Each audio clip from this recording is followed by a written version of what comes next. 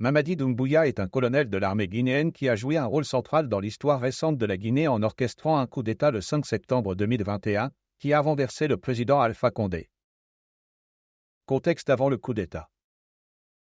Avant d'entrer sur la scène politique internationale, Mamadi Doumbouya a eu une carrière militaire notable. Né le 4 mars 1980 à Kankan, en Guinée, Doumbouya a servi dans l'armée guinéenne pendant plusieurs années. Il a été formé dans plusieurs académies militaires étrangères, notamment en France, où il a suivi des cours à l'école de guerre de Paris et a participé à des missions internationales sous l'égide des Nations Unies.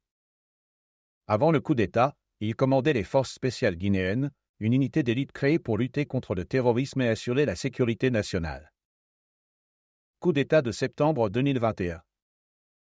Le 5 septembre 2021, Doumbouya et ses forces spéciales ont pris le contrôle du palais présidentiel à Conakry et arrêté le président Alpha Condé.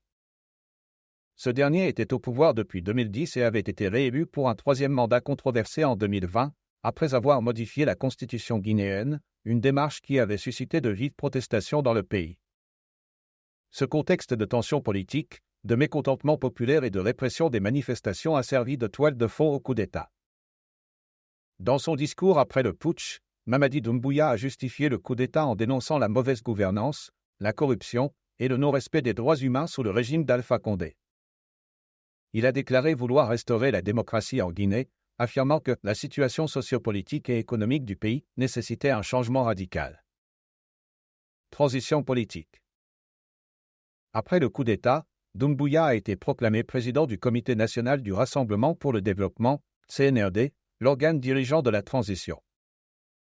Il a promis de réorganiser les institutions du pays et de remettre la Guinée sur la voie de la démocratie, bien que sans donner de calendrier précis pour des élections.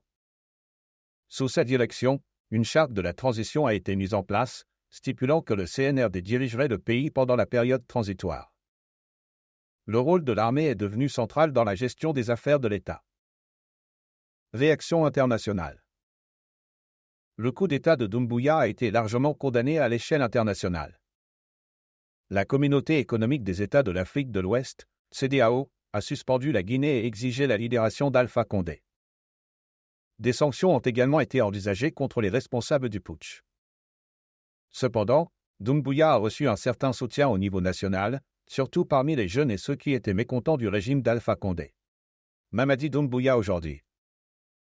Doumbouya est toujours au pouvoir en tant que président de la transition en Guinée.